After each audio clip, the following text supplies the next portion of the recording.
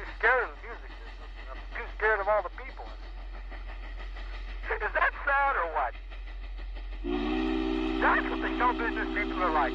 They love to torture their entertainers. Those fuckers in show business. You know? They turned me into the psycho I've become.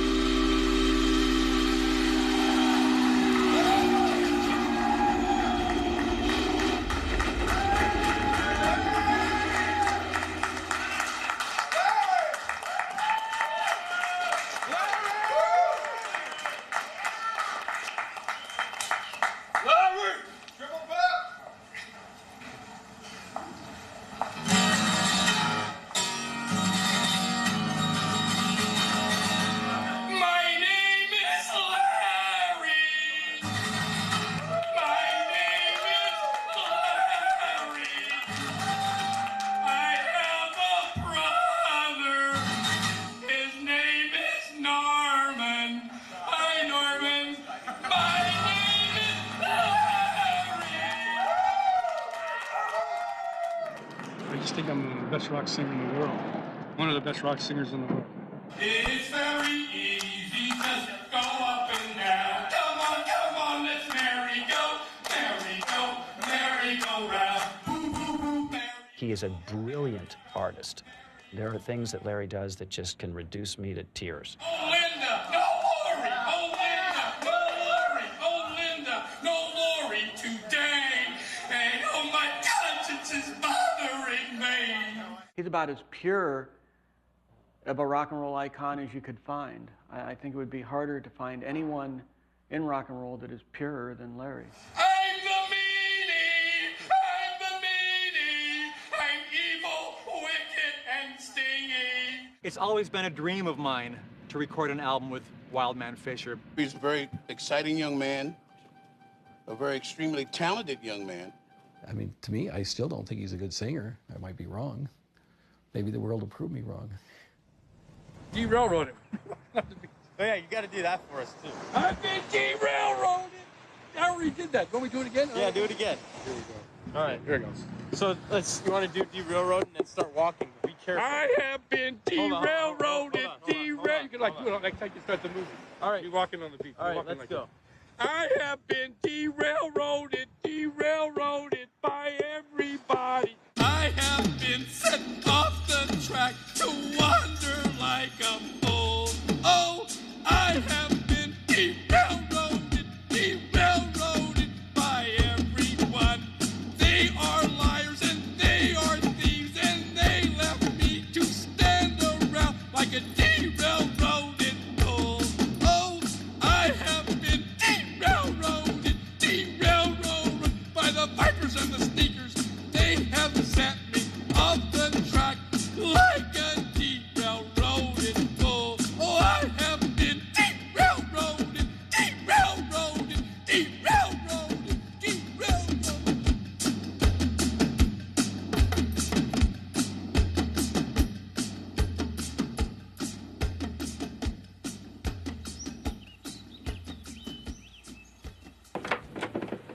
Let go. Come on. Hurry up before he gets off the tee. Come on, he'll go right through the door. This is not my house, so don't say in the video this is my house. Okay, no, I won't. This is my aunt's house.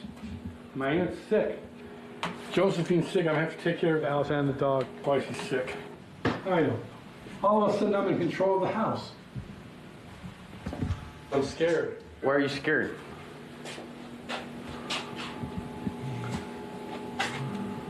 Come on, Josh. You know why I'm scared. I've been very paranoid lately, all right? There's people after me. I don't know if you're involved. I don't know who's involved. I didn't say you were involved. I just don't know who's involved. It's been a nightmare. I think there's snipers around. There must be hundreds of them around. I think they listened to one of my conversations, and so people have been after me ever since. All kinds of things have happened to me. Things you would not believe. Oh, boy. All I know is that my life is, nothing could have my life now. Somebody wants me and they're gonna, everywhere I go, even with David, they're there watching me. It's really weird, man, you wouldn't believe it. They're just torturing me. Whoever it is, they're torturing me. And it's not my imagination. But you know, I knew I would never be able to tour and stuff. I'm too paranoid. But now I'm quadruple paranoid. So now what am I going to do now? You know?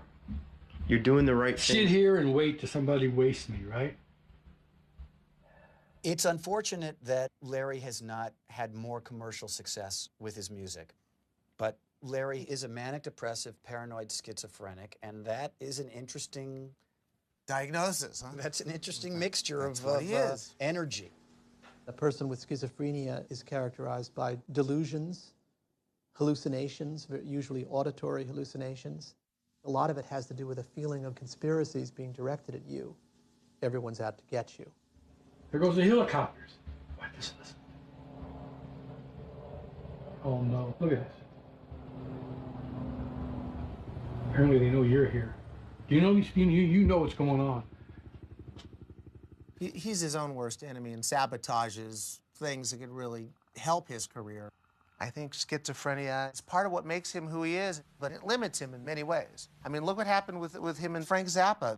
I thought that from the first day that I met him that somebody should make an album about Wildman Fischer. I've known him since 1965. But when you're working with somebody like Wildman Fischer or people who are out there, the problems that arise after the album is completed sometimes become too much to bear. I never thought that he would have a real career. And, you know, I see him now, and he looks like a very, very exhausted version of that person that I knew then. He's almost identical. I would say I'm a normal, everyday person, you know.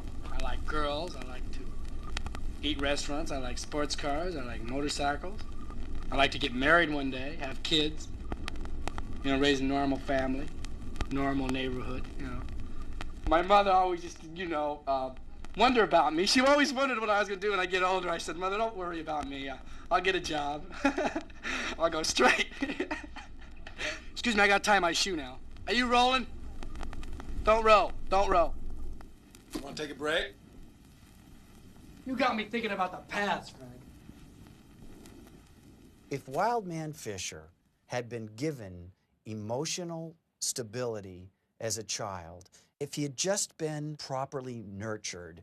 I mean, it's true that Wildman Fischer is schizophrenic, but I think it's safe to say that his family life as a kid is what really set him off the track. Well, my life has not been all that pleasant. Because my father died when I was young, and my mother didn't love me, or didn't care about me. And eventually I just broke away.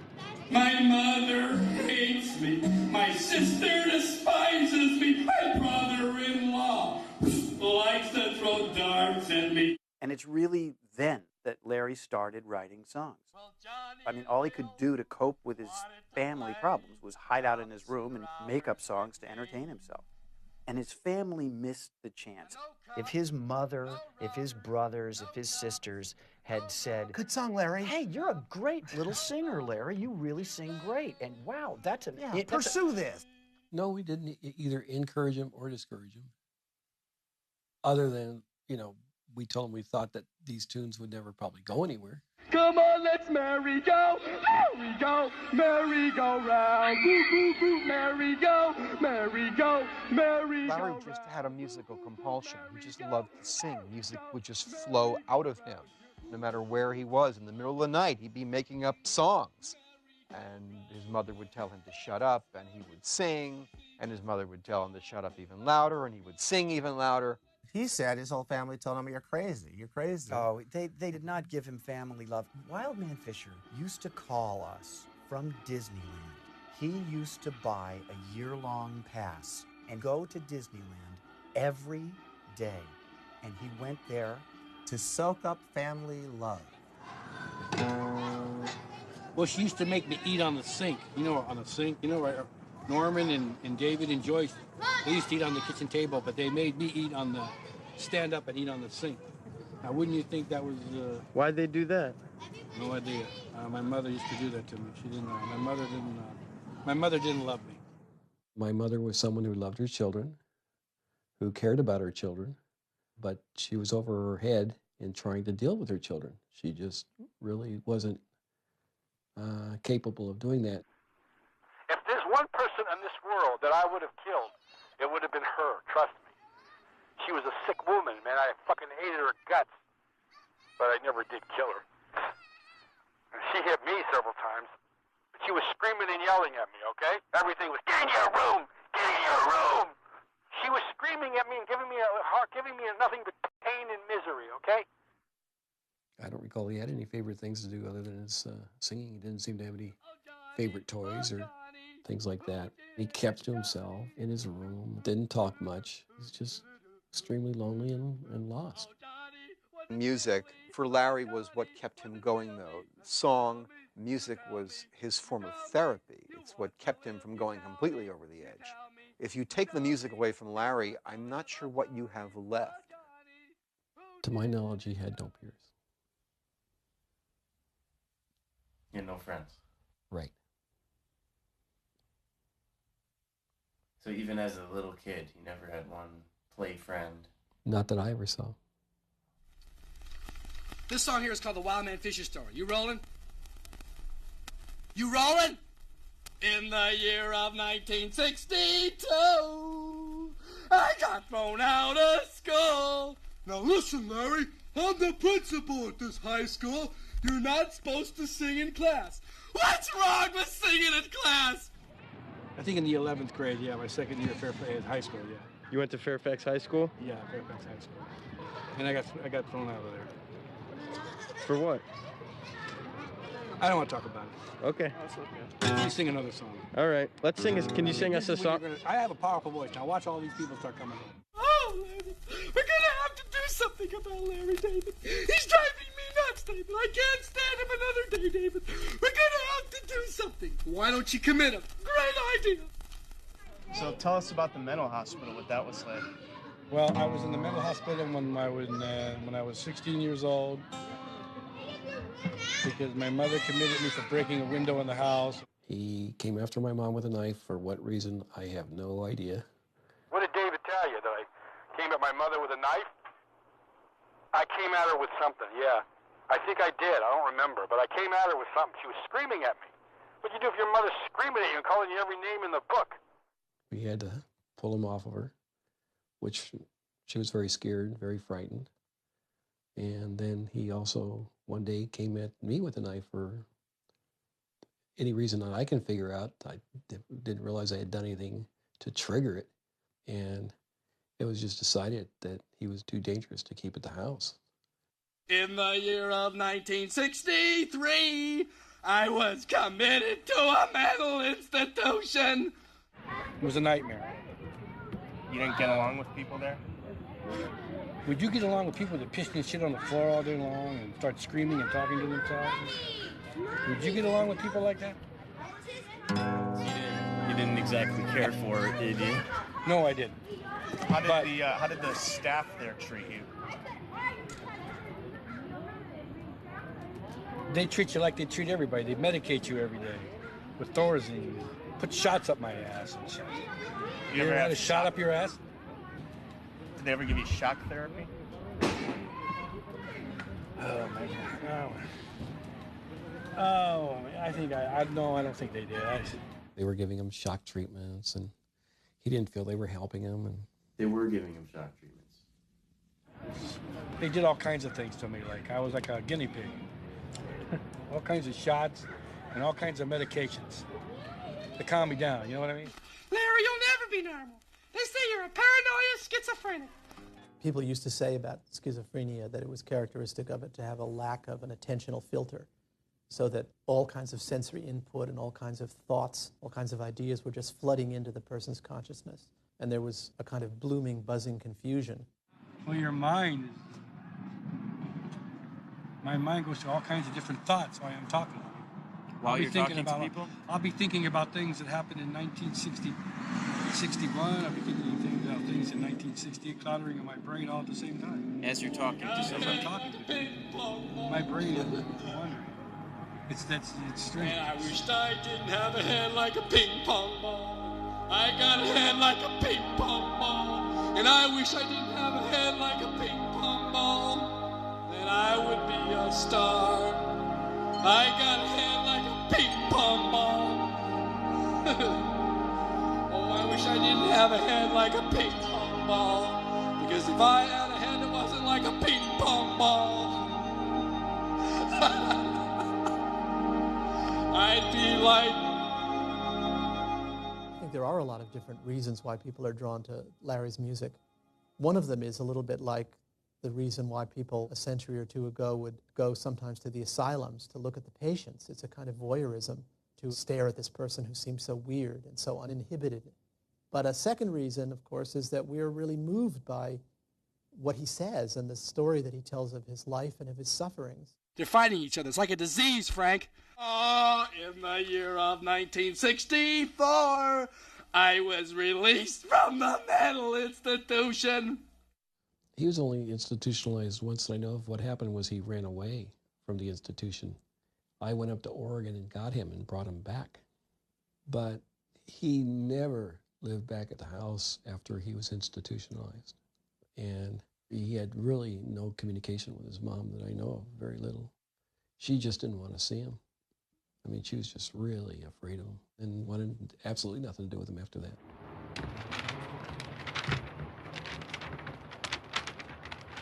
All right, this is the Invincible Man, see? Tell us about the Invincible Man. I thought about being a cartoonist, and this Invincible Man gets his energy from his mother being mad at him and stuff, yelling at him, and that makes him invincible. Whenever he gets where he's lost his invincibility, his mother will make him. Mother, I'm going to go out there. I'm going to become a big singing star. Don't talk about that! In the year of 1966, I was committed to the mental institution again. In the year of 1968, have I made a mistake? Will I end up a bum? Will I end up a crumb? Will I end up in hell? Will I end up in jail? Will I end up in Jesus? Will I end up in trees? Will I end up rich, rich, rich, rich? Wildman Fischer, merry-go, merry-go, merry-go-round. Boop, boop, boop, merry-go. Something's going on. All right. I've seen psychiatrists for pills. Something's going on. Somebody out there wants me. It's been hell, okay? Well, that... All right. Something is going on. Tell me what's going on. Somebody out there don't like me. And I mean somebody big time. With lots of money to do this. It's not true. Oh, yeah. And another guy, I said to him, I think, who's trying to kill me? And the guy says to me, Steven. Steven Stills? No. Steven Spielberg? Yeah. Steven Spielberg is the one?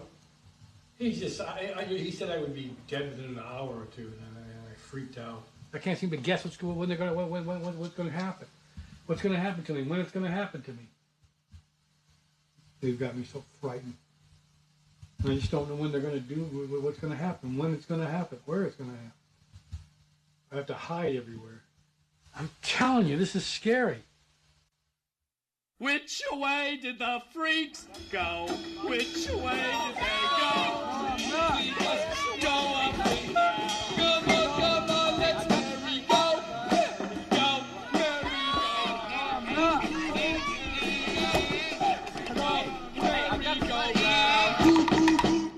Get your original songs here. Get them before the world gets them.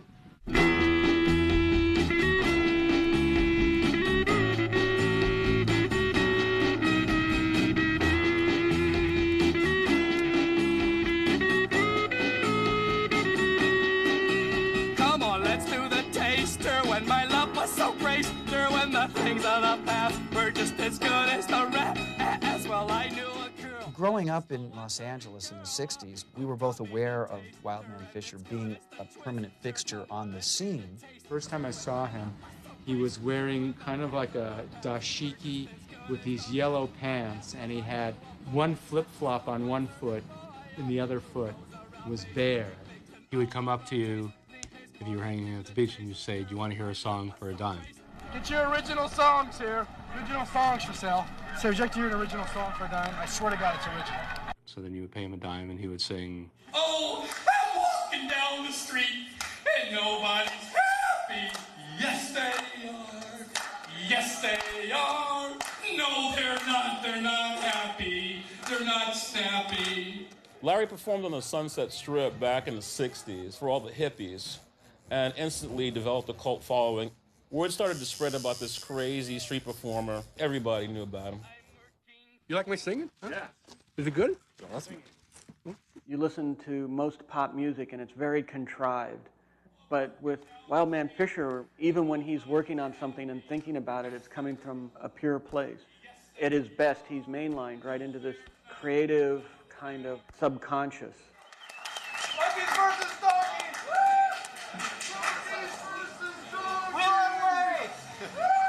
Fisher! How do I sound? Sound great!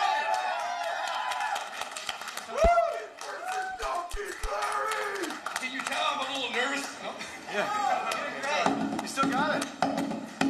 I'll take my monkeys, you'll take your donkeys, we'll have a race right now. I'll bet my monkeys, get your donkeys, the better we'll win right now. Oh, bo, bo, bo, bo, bo, bo, bo, bo, bo, bo, bo,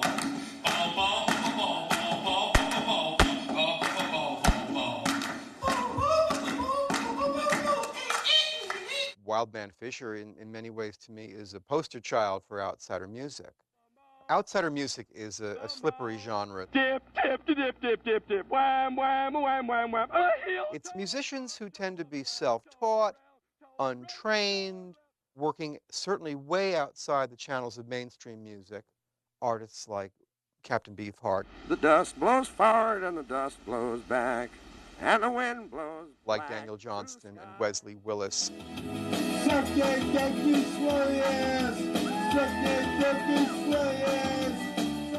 Even Tiny Tim. But Tiny Tim obviously became very famous.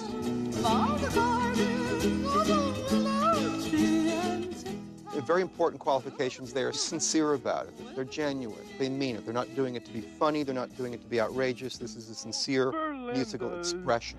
I tried to tell her the truth, but her mother was near the window. Oh, Linda! No, Laurie! Oh, Linda! No, Laurie! The appeal of Larry's music is that it's real, is that you're hearing something that is the musical vision of one singular human being, rather than music that was created by a committee, that really comes from the heart and soul of an individual. Let us live as one, ta-doom, ta-doom. Let us aim for the sun, ta-doom, ta-doom. I want a new direction to replace the old direction. Bring in some jet spice, roll in some new dice. Let us hope and pray, ta-doom, ta-doom, for some better days. Ta-doom, ta-doom. Let us live as one.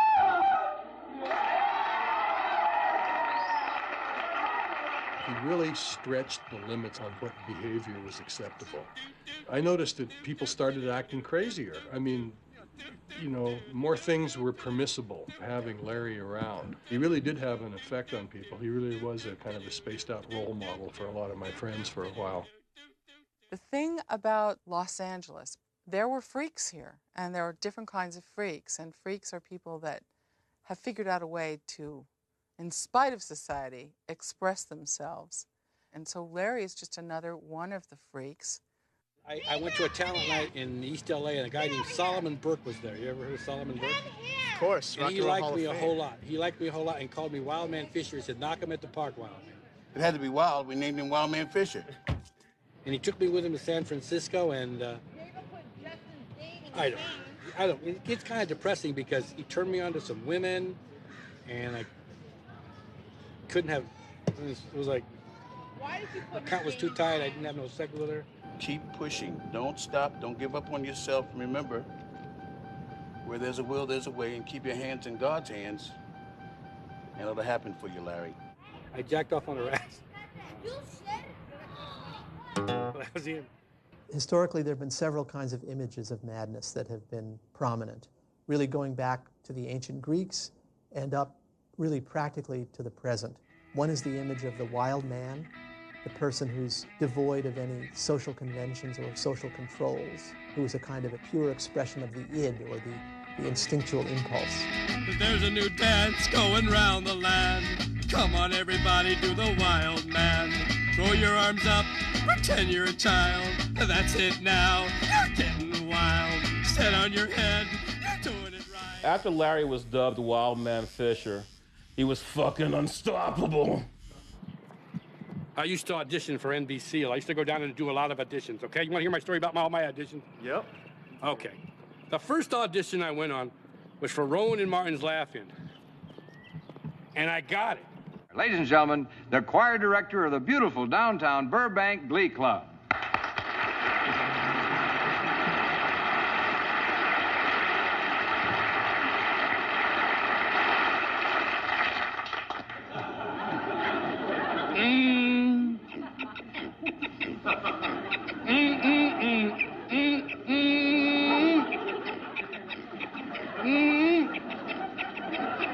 Honey, they're falling.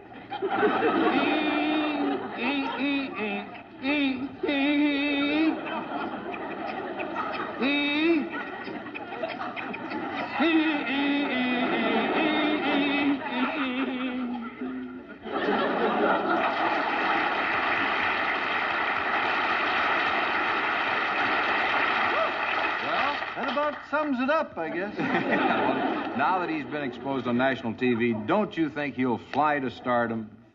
From there, what's her name? Ruth Buzzy drags me off, you know. Come on, let's merry go, merry-go-round. Boop, boop, boop, merry-go-round. I say let's... You're really beautiful. I want to talk. I saw Ruth Buzzy give me a dirty look in the market. She recognized me. She gave you a dirty Oh, look? she started saying, oh, that guy's a bum or whatever. I don't know what she was saying. Somebody said there's wild. You know, Ruth Buzzy's more of a celebrity than I am. Not really. What do you mean, not really? She's been in more TV shows than I have. But, you know, most people don't know who she is. More people know who I am than Ruth Buzzy? Come on. That's not true. And Larry often asks me where he ranks. It's always a kind of competition with him. I'm a lot more famous than the Rugburns, but the Rugburns are as good as me. They're as good as me. Like the other day, he asked me, come on, Buckley, who's better, me or David Bowie? This is ground control to Major Tom. I got my helmet on.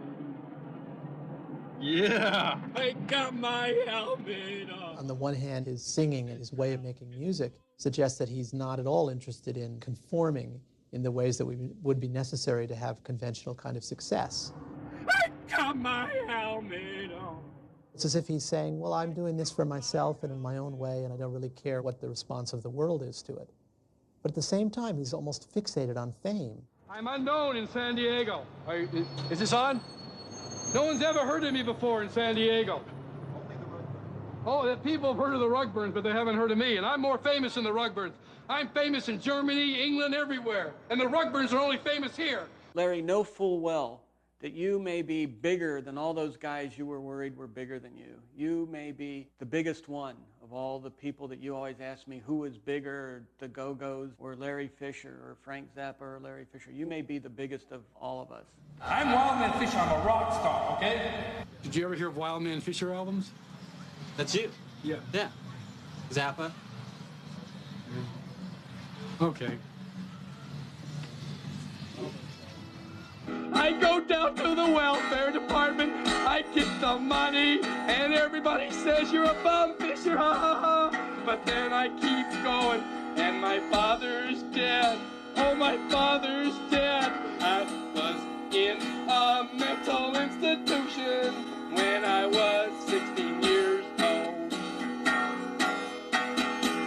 I met Frank Zappa in front of Cantor's years ago.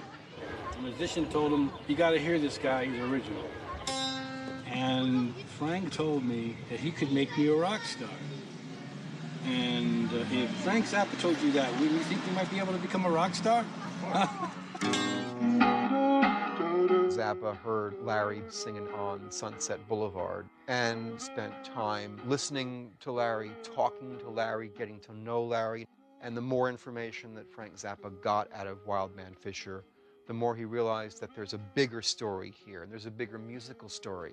You bring back those memories, oh my dear old Taggy Lee. There's some people that they break that mold, and in that moment they're really who they are, and Frank could always pull that out of somebody, and he could always recognize it when it was there. I know a guy, his name is Manson. He's tall, he's dark, he's real handsome.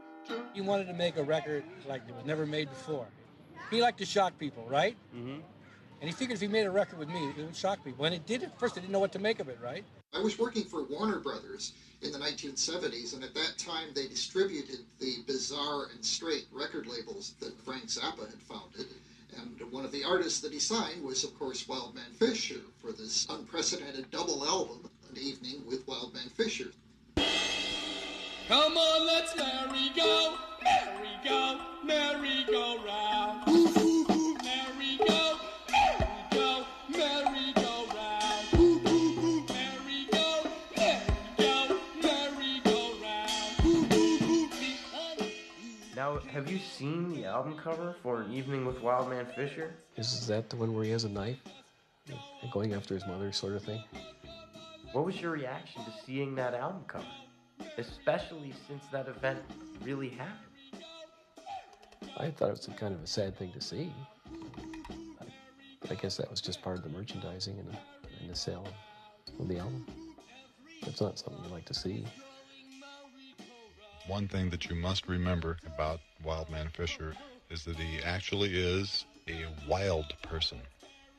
And Larry is dangerous. He has brothers and other relatives, and some of them have been attacked by Larry. He loved it. He said if he ever had a son, he wanted his son to be just like me. He said that. I swear to God, he said that. He said if he ever had a son, he wanted him to be like me. And he also said he traveled all over the world, and there's only one Wild Man Fischer. And I'm not kidding. He said that. And I said, this record's not going to sell. What's going to happen in my career? He goes, maybe, maybe not. But, you know, if it doesn't sell, you know. Go out and tour. We hired him to perform at a concert in Spokane. We just thought it would be real funny to bring him up, you know. We just did it for laughs, actually. When I met him, I thought, wow, this guy looks exactly like he does on the record album. He was wearing one glove, which was years before Michael Jackson thought of that.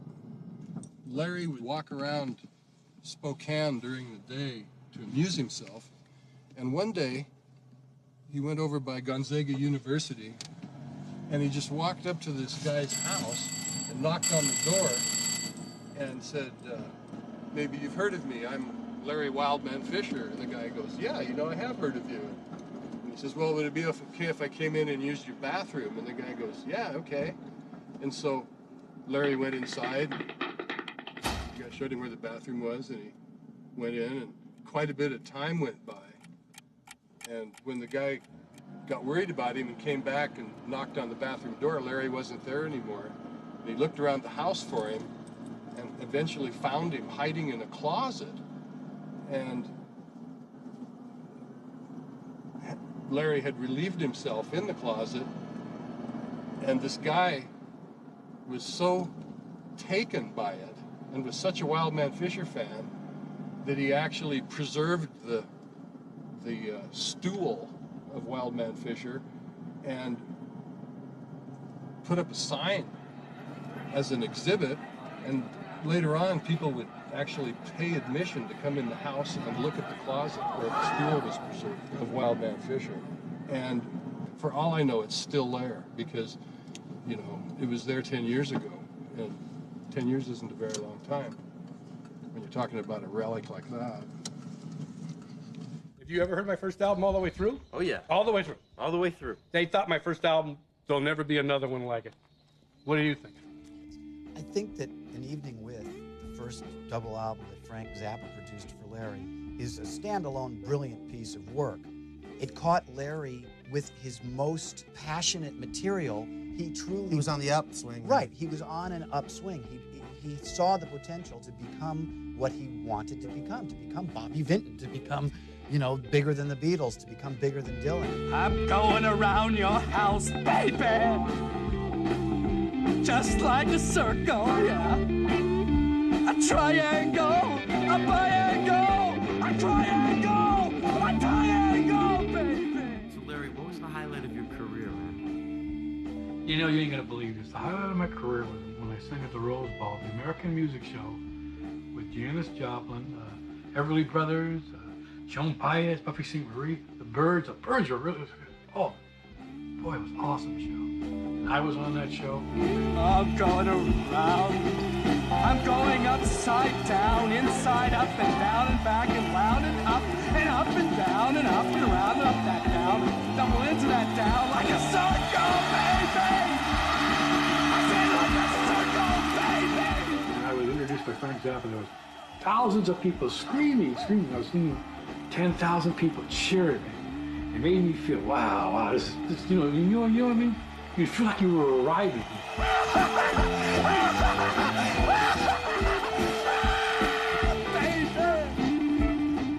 At first I wanted to be a rock star. Can you blame me? I was going to have a nice house, a nice high life, make my family proud of me and be a rock star. But my dreams of becoming a rock star never really happened. The main reason why I got into the music business in the first place was to impress my family, earn a living, complete my dream, and by making an album, I thought all my troubles would be over. I thought that's all you had to do was make the album. That's when my troubles began. After he recorded Evening With, he went on a tour to support it, but when he got back, he found out he only sold 12,000 copies of it. Frank assumed that it would sell some records and enjoy some success. And Larry assumed that it would sell in the millions. But you know what people tell me? Your record bombed, Larry. I've had people tell me that. Fucking freaking record bombed. I spent 3 months working on the Wildman Fischer album.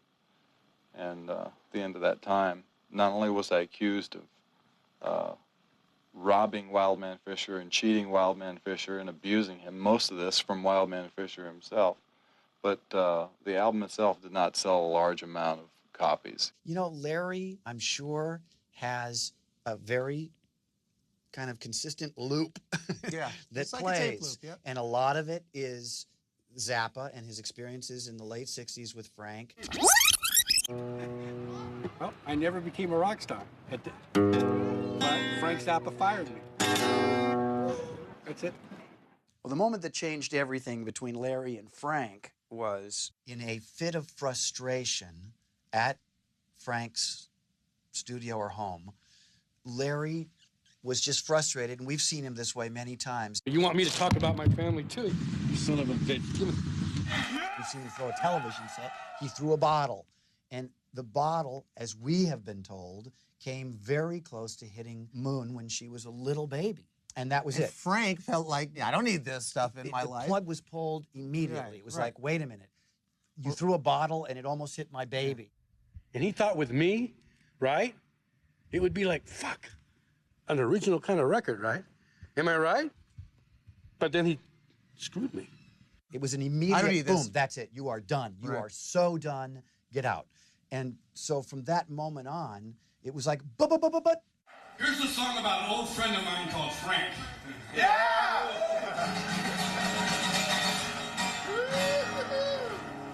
Frank's got money in the bank.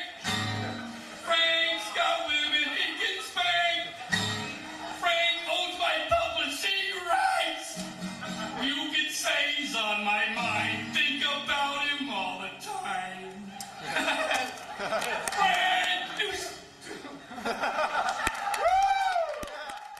I had Frank Zappa as a guest on my show several times. And one time was right after the Wildman Fischer album had appeared that had the song Frank on it.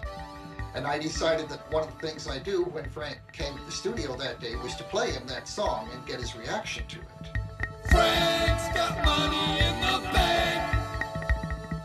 Frank's got women he can spank.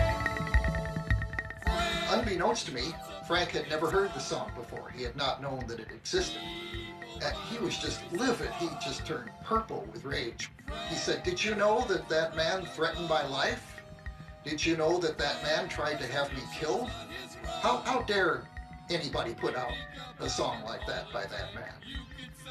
And it was all that I and my producer could do to keep Frank from canceling the interview right there. And he also got me to agree that I would not play the song Frank again.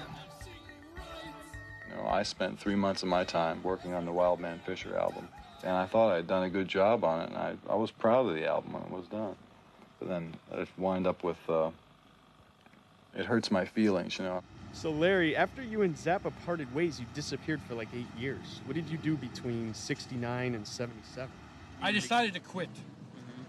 Did you get any jobs? Yeah, You did get a job. I got a bunch of jobs and I got fired. Can you tell us what the jobs were? Different jobs. Like what? Loading and unloading trucks and stuff. What else? I know you did some Selling pins on the telephone. How did that work out for you? What happened with that? They fired me. Why? Because they didn't like the way I was, they heard my talking, they didn't like the way I talked. I was a failure as a rock star. I failed, you know. Had they ever heard of you before they hired you? No, they never heard of me. Most people have never heard of me. When you sold pens on the phone, when you just called up these random people, did you just start talking? They gave me the numbers to call. Yeah. They don't, you know, you just... And did you start talking about like your music to the people on the phone? No, I said, please buy these pens. Frank used to be a good friend. I think about him all the time.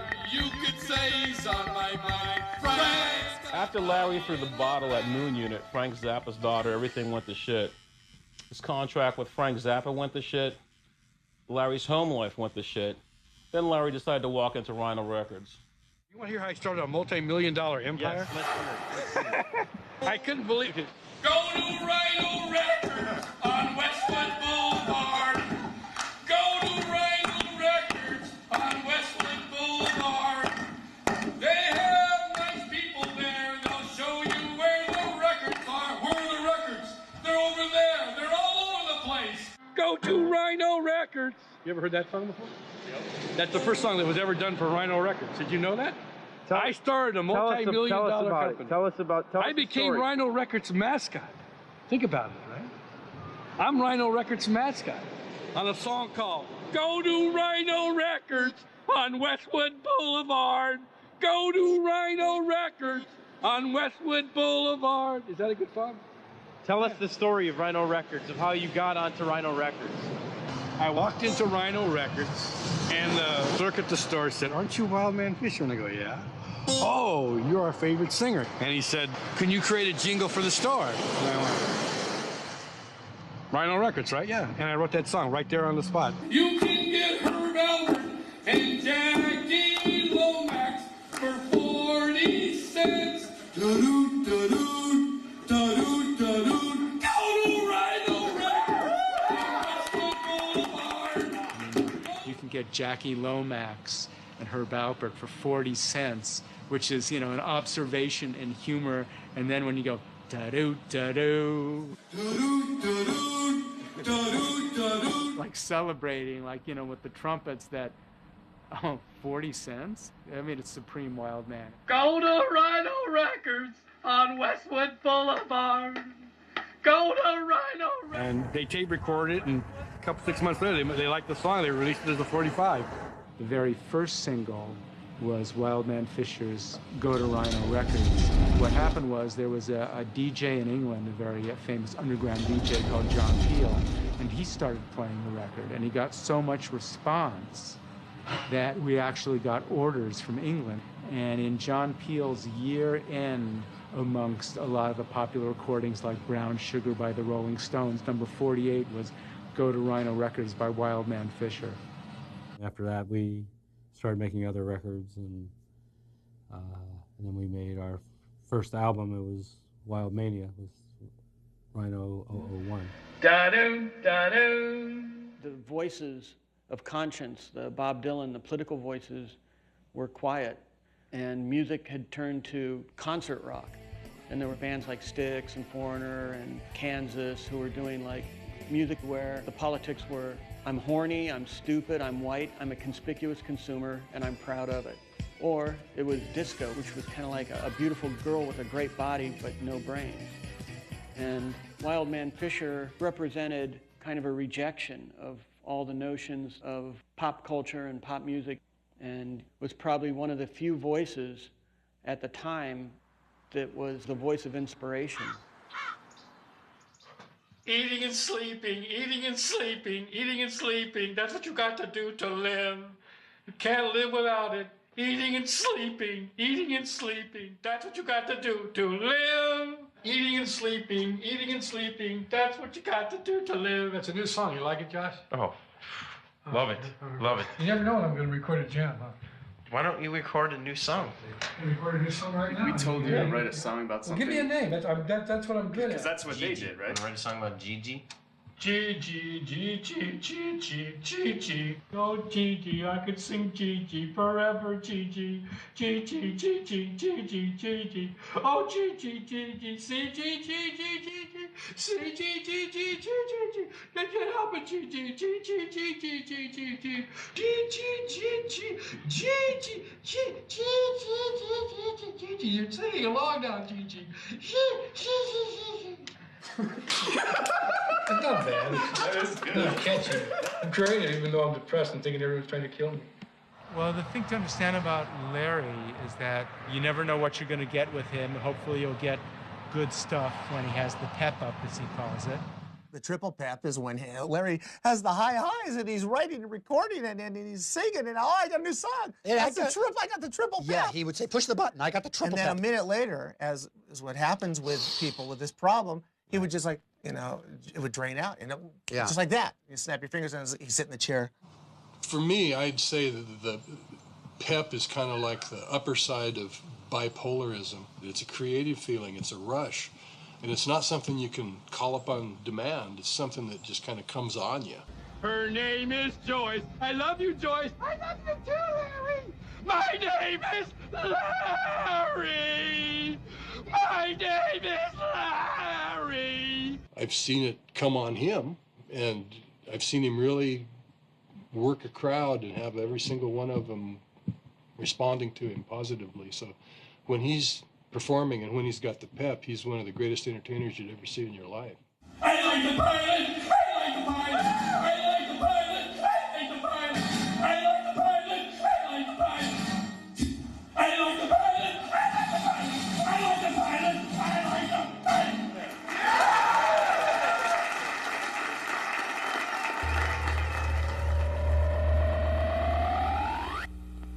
Fish heads, roly-poly fish heads, eat them up, yum. They can't play baseball, they don't wear sweaters, they're not good dancers. They don't play drums. We shared an enjoyment for left-of-center entertainment. We would write 10 or 20 songs in a day and spend the whole day recording weird, funny songs. Yeah, we wanted to do stuff that was a little more out there, shall we say. Roly-poly fish heads are never seen drinking cappuccino in Italian restaurants with Oriental women. Well, just like I have for the last 25 or so years, every week I listen to 15 or 20 new submissions for the Dr. Demento show. Oh, yes. And that is dentist with an exclamation point, the rare 7-inch. And our friends would say, send it to Dr. Demento. And we sent him off fish heads, and we became unknowingly or unwittingly kind of like the reigning gods of dementia for a couple of years. Until Weird Al came along. And look comes on, and look comes on, another one rascals. Hey, go sit by you, another one rascals. First time I ever heard Larry's music was listening to Dr. Demento's show, and he was playing the song My Name is Larry every week. My name is Larry. And I remember telling you that you got to hear this song. It'll blow you away. It did. I mean, that was it for that us. That was certainly the catalyst for Barnes & Barnes to passionately seek Larry out. I think Barnes & Barnes are better than Frank Zappa. They attached themselves so much to Larry, and they were so into him, and they were also so musical, that I just felt that they would do a really good job as far as bringing out the best of Larry. You were pretty good I back used to then. be that good. You were that good back Does that then. surprise you? No. Am I right? You were talented. Am I right? Were you that kid on Lost in Space? I'm gonna take a cab. These are the original tapes from our first project with Larry. We haven't heard them in over 20 years. I love my little city, yeah, little or else. It's like his LA woman, man. We should have finished The Beatles this. had good imagination when they were younger. Am I right? Yeah. Do the worm. Make it squirm. Well, the thing about dealing with Larry is there's a lot of frustration. Quite often he would show up late, or he would show up other times when you couldn't really get much out of him. He would start songs and then he would abort them. And he'd go, I'm quitting show business. And you go, no, don't quit it now. Quit it in about an hour from now. You know, because he would quit show business about 2 or 3 times a week. It's like he'd call me up and go, Mark, I'm quitting show business. Do you blame me? And I go, no, I don't blame you. It's an awful business. You've got to have 3 things. You got to have talent, you got to have luck, and you got to have persistence. And he'd just keep going on and go in these loops. And then he'd call you up later that day and he'd go, Mark, I'm back. I could do more shows. Miguel, I would really want to get out of this business. What would you rather do?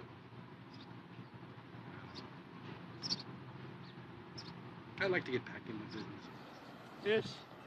Fish heads, roly-poly fish heads. Eat them up, yum! Eat them up, yum! The one thing you can say about Larry's recording sessions is they're atypical to working with just about anybody else. I think Billy Mooney was kind of on to the right idea when he did things like tried to let Wildman record in his own environment. Well, here's a new song I've been working on called Dazzling Departure. It's been a dazzling departure from what the other things I've done. This is a dazzling departure from anything else I've ever done. Oh, a dazzling, dazzling, dazzling, dazzling, dazzling departure. You like that? Being in the confines of a recording studio was not the way to get the best out of Larry. Larry likes to roam around and have space when he's being creative. So I got this stereo recording unit, and I used to pick Larry up, and he was so paranoid, he'd be riding shotgun with a pair of rusty scissors. Be Larry for a minute. I wasn't around for the scissors episodes. I'm driving the car, and Wildman Fischer is riding shotgun with me, holding a pair of scissors over my head, going, "You're a music business shark. You're a shark, Art." Yeah, and he's holding scissors on me, and I'm walking around with these mics, recording all of these vocals. Try Last Man in the City one more time. I feel like the last man in the city, living deep in downtown L.A. I would get these stereo vocals, bring them back to the studio, and then we'd score them like it was a movie. Oh, I'm walking through the park, this nice, lovely park. I mean, I couldn't believe it. He was combusting with these songs, and they weren't 10-second songs. They were a minute long at least. They were full-on Larry great moments. It was really inspiring. First song we recorded was Pronounced Normal, which went on to become the title of the album. Certified raw, choice beef, fresh daily, pronounced normal. What was so depressing was we worked really hard on Pronounced Normal. It was truly us wanting to give Larry a Sgt. Pepper. We worked really hard on it, and when it was all done, mixed, finished, and given to Larry, instead of it pleasing him, it freaked him out. And that was the only time in my life that I was dangerous. I scared so many people. I thought I was going to kill myself even. Every time something positive is about to happen, and certainly when it's about to happen on a professional level, like an album being released or a concert planned, Larry's paranoia just kicks in. Okay, I only had one episode like that. Okay, you know what set it off? Well, because he thought he heard subliminal messages in a lot of the songs that weren't obviously weren't were there. not there. I but- swear to God on my children's lives, they were not there. It says it's going to be a bad circumcised. You know where it says pronounced normal? I am. You are. It's going to be a bad circumcised. I thought they were going to try to cut my dick off. Is circumcised where they cut your dick off and throw it in the ocean or something? Larry thought he heard a voice on that circus music that said, this is going to be a bad circumcision. Right. So he thought we were trying to cut off his penis, but it wasn't true. It wasn't true.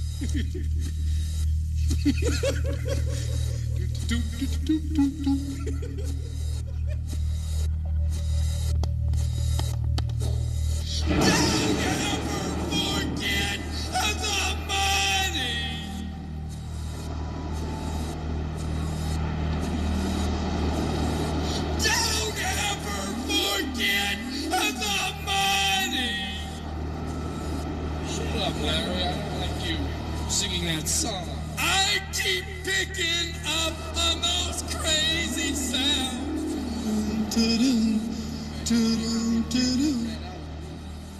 And you never heard bouillabaisse? I thought in bouillabaisse I would be in the ocean and the fish were eating me up and the sharks were eating me up and Don't ever, if you ever get mad at me, don't say anything bad about me. Right? You promise me that? I get real paranoid sometimes. You get on this show and say, I'm mad at Larry and don't like it.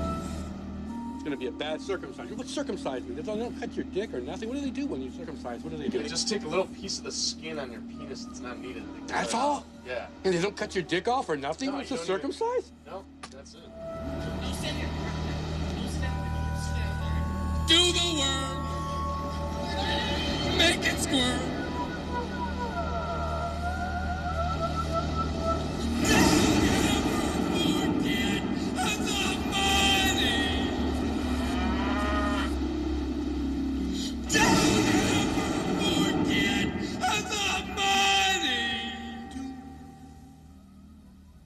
Shut up, Larry. I don't like you singing that song.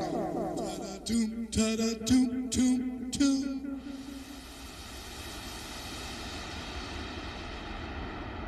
I really believe this. That Dr. Demento, Herbie Cohn, Warner Brothers Records put a contract on my life. I freaked out. I was supposed to do a show with Weird Al and Dr. Demento. I was going to be on the show, and they canceled me from the show. They wanted me to, Dr. Demento, this is getting, they canceled me from the show. Wow. I really thought people were trying to kill me.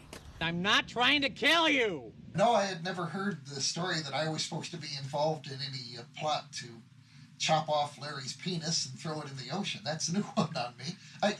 It makes sense, I suppose. Do you know I was trying to buy a real gun? I really was. Damn. And my plan was I was going to shoot Dr. Demento.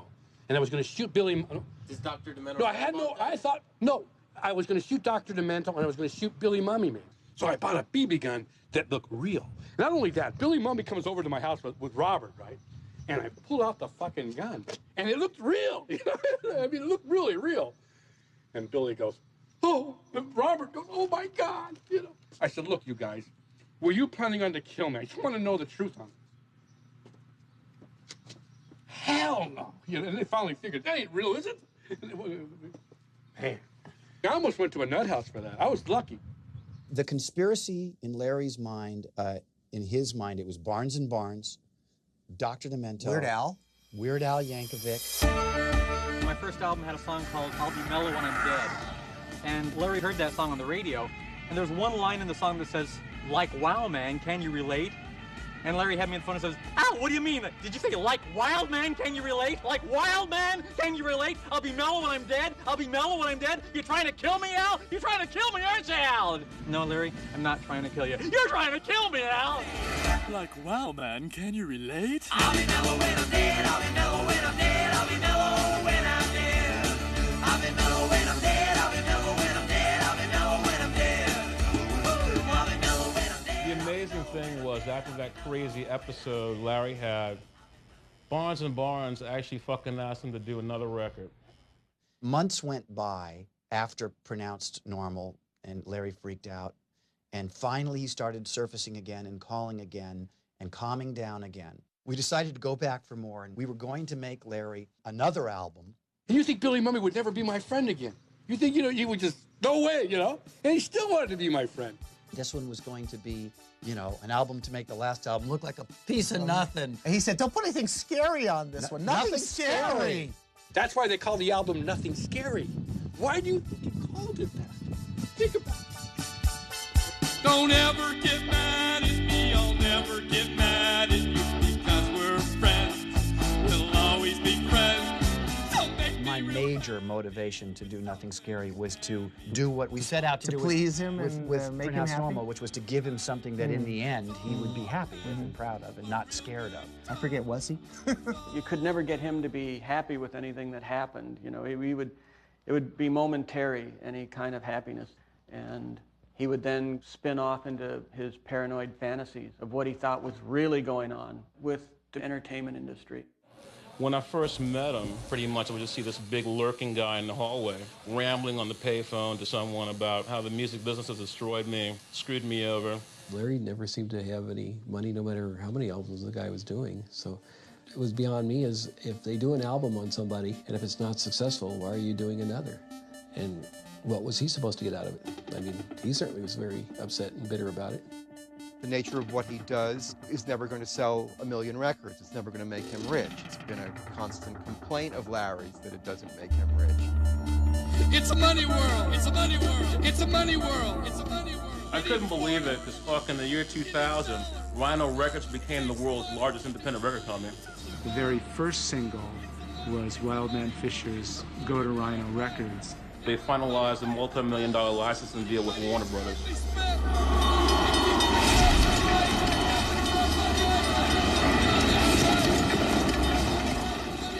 Show business is really hard. You really can't trust very many people. Rhino Records and most people have taken advantage of me. Here's a song I wrote about the music business. I have been derailroaded by everybody. Well, from what I understand, Larry is still living exactly the same way he has for 30 years or more, moving from one big bag hotel to another. Money occupies our minds. Money can buy his soul. Money is how you buy. It's a money world. I wish there was no such thing as money.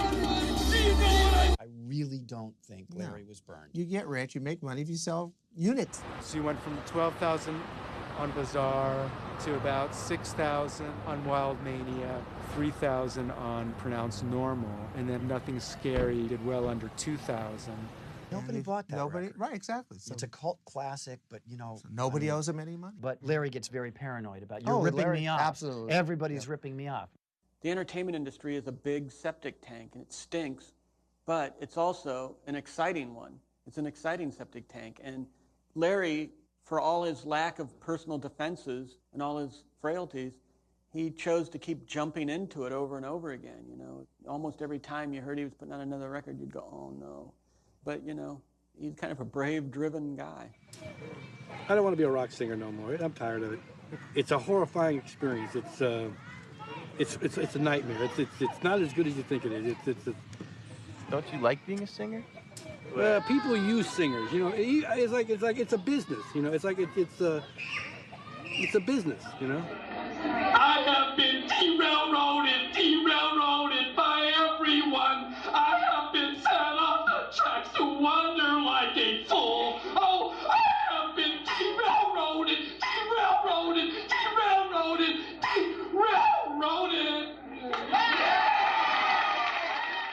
It's clear that a person like Larry is going to have great difficulty fashioning a career because he's so volatile. He's so unstable. The thunderstorms that are going on inside his head cannot make him an easy person to work with. I wrote him a letter and I said, look, Larry, what is with you? I hear you're mad about these stories, these comic stories, and that you deny them, but then you've told other people that they're true, so nobody's making up anything about you. And you can't accuse me of, taking money away from you, because I made very little money doing this. And so then he wrote me back this letter. Dear Denny, I like you. You are a nice guy. Why do you write lies about me? He's kind of got this habit of being pissed off at everybody. I quit show business I hate show business. It's full of crooks, and you're one of them, a nice crook. Your friend, Larry. Kind of hurt my feelings. I think the only one that has escaped that is he's not pissed off at Barnes and Barnes. I guess it was during the Nothing Scary sessions. Larry would have a tendency, you know, he would do a take. It was hard to get him just to stand in front of the mic for 2 or 3 minutes to do a take. But then we would always try and push him. Do another one, Larry. Come on, you can do it better. Because he'd go sit down in a chair and, you know, get depressed or whatever. And Larry was having a hard time with it. And he freaked and he hit Robert. It didn't hurt me, but it was like, it scared me. He's a big guy. I don't need this. It's like, okay, I've already done my 2 albums with Larry. It's like, I'm out of here. I'm done. And that was pretty much That might have been the last time I worked with him, except for It's a Hard Business. A song that we recorded with Larry and the great Rosemary Clooney back in 1986. Rosemary Clooney was a very dear, close friend of mine. Gonna take a sentimental journey. A year or 2 after Nothing Scary, Rosemary said to us, I think it would make Larry really happy if he and I recorded a duet together. Great. And I honestly said, Rosemary, you don't want to do that. And she said, yes, I do. Rosemary, I'm thinking of quitting this impossible business. Oh, really, Larry? I hope not. It's just too hard. It's a hard business. Please tell me that you agree. It's a hard business. It's hard for you and hard for me. It's a hard business. Reaching way down in your soul. It's a hard business. Singing jazz or rock and roll. If you don't make I spoke with Larry almost on a daily basis for 21 years. Larry had my phone number and called almost daily, sometimes 20 times a day, sometimes not for a week or 2. But I have to probably lay claim to the fact of being the longest relationship in Larry's life. What was the best part about working with Barnes and Barnes? I got to see Billy Mummy, and I got someone to talk to. That was the best part. It was the best part of working with those guys. Really. Billy Mummy was your best friend at the time. Well, someone to talk to, yeah. I love Larry. I do. I mean, I really love the man. I have changed my phone number in the last few months because Larry, in one of his fits of unhappiness, was calling and hanging up on us all night long for 7 weeks. I gave him like 7 weeks before I changed the number because I didn't want to change the number. I didn't want to really disconnect from Larry because I feel I was an important relationship to him and a thread to some positive energy. And I felt obligated to maintain the friendship there. Larry, why don't you and Bill Mummy speak anymore? Should just tear this up, you know that? Oh, Larry. All right, we're done. All right, we're done. All right, no more. What was the lowest you've ever seen Larry? The lowest I see him is when he's just very lonely. He really doesn't have any friends that I know of. And he keeps to himself in his room. And he just seems to want to hide from the world, to me. David.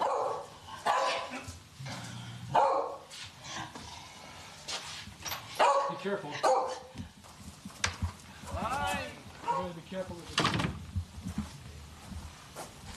Okay, well, Mary, those are your groceries. These 2? No, those are mine. I'll take them to my van. Yeah. I'm living inside the house temporarily. You know that, right? He's a very frustrating person to try and deal with, the whole family. No one wants him to move in with him. First of all, he's kind of unpredictable. And secondly, he gets on your nerves. Do you want to sing a song, David? No. Just... You gonna find ways for me to make $1 million again? No. I said you... No, I just... You know, if I wanted to make $1 million. Yeah, if you took me in, you know, who knows? There's potential there. You can manage me, you know, manage my career and stuff. I mean, wouldn't you love that? I know. Why, you don't want to manage? Oh. I think he's going to go now, right? Yes. I'll see you. Okay, that's it for David. How would you say being Wildman Fischer's brother has affected your life? How it affected my life? Well, I've tried not to let it affect my life. You know, I don't mind talking to him and mind helping him out, but there hasn't been a heck of a lot I can do, and it's been kind of frustrating. Do you think there is any way to help him? I don't know. I think there's been people that have loved him through the years, and at different times people have come into his life and tried to collaborate with him or tried to help him realize his vision artistically. And thankfully there were people like that that weren't just looking for, you know, like trying to get another big hit record. They realized that he was a true artist.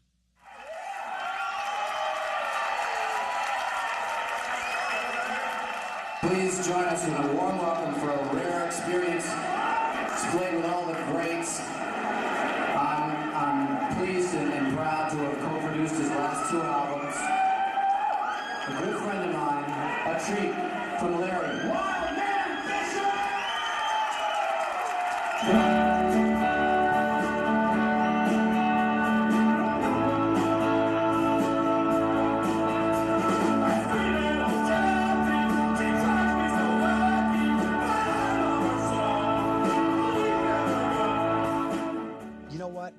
I'm grateful that we had those experiences, and I'm very grateful that we chose to stick it out. I wouldn't do it again, but I'm really glad that we didn't bail on it. No, we did our bit. And somewhere down the line, I mean, what? Van Gogh sold one painting when he was alive, you know? I believe somewhere down the line, Larry's artistry will be acknowledged as important.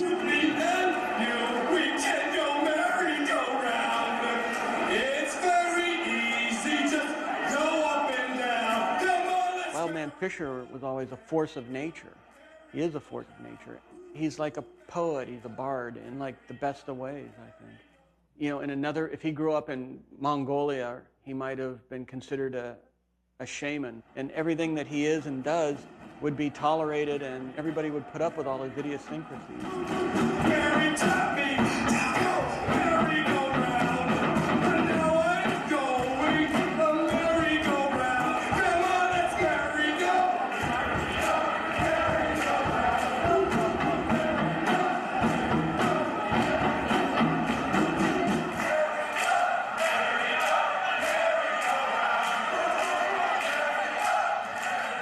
Boy, oh boy. 3 months ago, I thought people were trying to hurt me, kill me, hurt me, or whatever. And I was sleeping in the bus benches, and I told my aunt, please help, please help. And Josephine saved me. Here I am at Josephine's. She saved my life. They're gonna what? Tonight. They're doing it tonight. They're doing what? They're killing me tonight. What are you talking about? Who's killing you tonight? What do I do? You have any suggestions at this point? No, Larry, because there's nobody after you. Oh, yeah? Larry. Anyways, I guess I'm dead. I could get run over by a car. Let a car run me over. It'd be better than this other death that I'm going to face. How do I do that? Where do I find a car? Larry, don't talk like that, Or you please. can let a train run me over. Here comes a train now. No.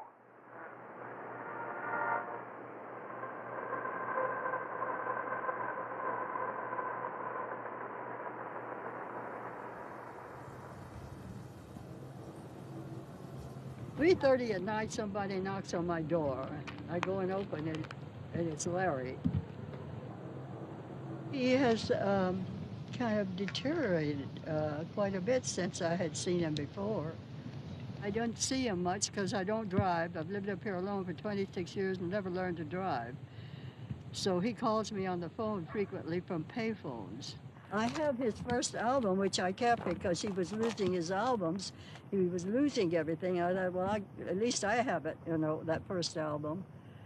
And What did you think of that first album? well, I told you that's what I thought, that he was very creative and very original. You certainly are musical. You certainly have a good voice. I was just talking to him today. I said, Larry, why don't you up here? You have nothing to do. Why don't you write about Sometimes it's sunrise. Why don't you write about the Sometimes sunset? it's sunset. So he tells me. I said, that's good, Larry. Let's hear the song, Larry. Let's hear it. Okay. Larry? Sometimes it's sunrise. Sometimes it's sunset.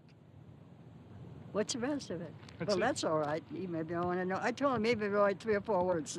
That's how I write my songs. How, Larry? Right on the spot. Sure, anytime. That's the best way to write it. Just come to you anytime. Just walk along. Come Sometimes it's sunset. Sometimes it's sunrise. Every time I would talk to him, I said, Larry, write music. I don't care if you get published or not. Just write songs that'll keep your mind going, you know.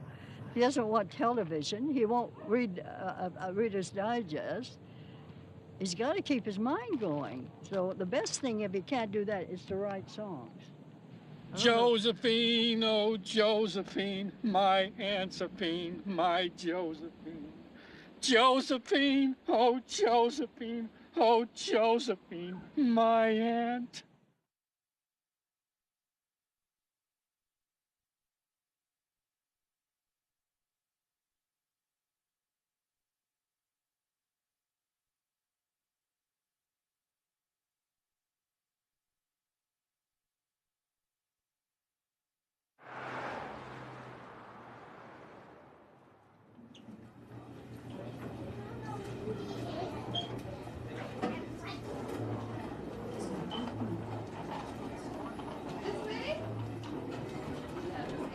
Hello, Larry. Hi. Come here, sweetheart. You sure took good care of everybody. If I'd have hired somebody, they could have done better. You know, it's good for you to take care of somebody. Yeah, because you know what it's like then. Larry, I really appreciate it. I didn't have to worry about him. I didn't have to worry about him at all. Larry, do you like living up at the house? Yeah, I do. I like living up at the house. But Larry, eventually you may have to, you may want to be with assisted living. But I'm not sending you away, Larry. You know that. The trouble is that it gets too complicated. Yes. We're just all looking at what's practical for everybody, including you. Larry, how do you feel about what Gigi and Josephine were just talking to you about? I feel all right with it. I just want to make sure that I get there without, having problems down the hill. So you're not afraid about moving out? I am afraid about moving out. You are, I know you are. But Larry, I promised you that I would never send you away. I'm not, but I also told you that when they came, that it would be different. I told you that. And you don't have an extra cup either? No. Yeah. Okay. So everything's going to be all right? I hope.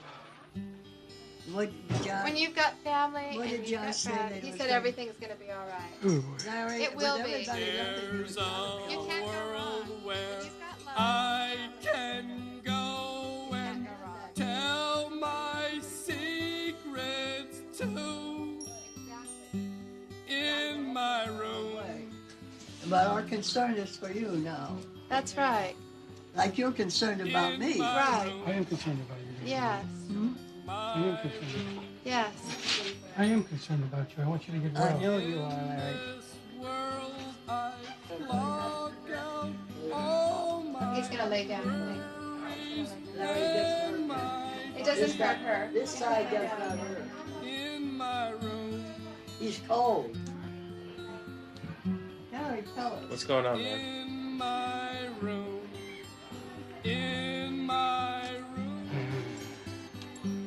He's cold. He's cold and tummy. Oh, he's cold and tummy. Okay. He's cold and tummy. He needs some help. No, that's all right. He's Let's cold get him a and bed. tummy. No, I don't want a bed. You can lie down right next to Josie. Tell him to lie down here. You can lie down if you want to. He's afraid again. What? To go back up to the He's house? afraid of moving. He's afraid of moving. Gigi, Yeah. you should let me stay until it takes me, That's right. That's what we're saying. Larry, you're you're not going to be abandoned. Right. That's what we're saying, as long as it takes. Remember that you are not being abandoned. The dog is better off than me because he can go anywhere that anybody wants to take. I guess I'm getting older now. I'm 59 years old now. What's the matter? How do you feel? He said that getting older is going to be hard on me. What? I can't be a musician singer anymore. I'm too old. I want to be a musician singer. I want to make everybody happy. People don't want to make me happy. Everybody wants me dead. You know when he came in, Josh, he was They want me dead. from 1 foot to D-E-A-D, dead. Don't you? What? You son of a bitches. You'll never get rid of this. You'll never get away with this. This is murder. What's he saying? Don't you know what this is? This is goddamn murder, man. You're never going to get away with it. You're never going to get away with this, Can't you motherfuckers. let me know what he's saying? I can't hear it. Nothing, man. They're I'm calling just it saying What that is he saying? What is he saying? I'm a little out of sync. You're doing good. Larry, you're doing great. You're doing good. Order of faith! Order of faith! Order of faith! Taster! Righteous. Who's bigger than the Beatles? Larry! Fischer! Larry, that guitar is fucking two. Order of faith! Larry! Order of faith! Who's bigger than Falling James? Larry! Am I bigger than the Falling James? Yes! Yeah. Oh, yeah. Leaving trains. Hey, Larry. You're better. He wasn't very nice to me. Hey, Larry. Larry, go Falling James from like transvestite guy. I know he wasn't nice to me. Shut up! What? It's two! Right! Hurry him out. One more. My name is Larry! You know what you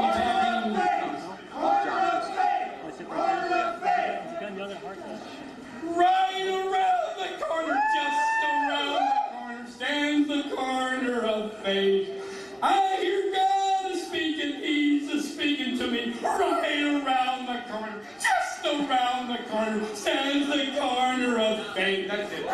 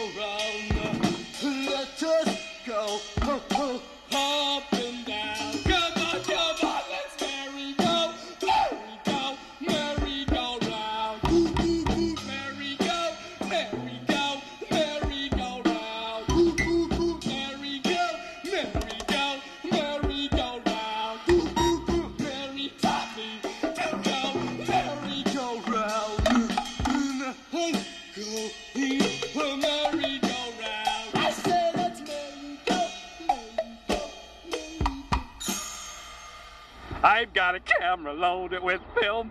I'm gonna take a picture of you. I've got a camera loaded with film. I'm gonna take a picture of you. I'll take one in color. I'll take one in black and white. I've got a camera loaded with film. I'm gonna take a picture of you. Jesus loves me. Jesus needs me. Jesus help me, Christ the Lord. Jesus save me. Jesus heal me. Jesus help me, Christ the Lord. Jesus wants me.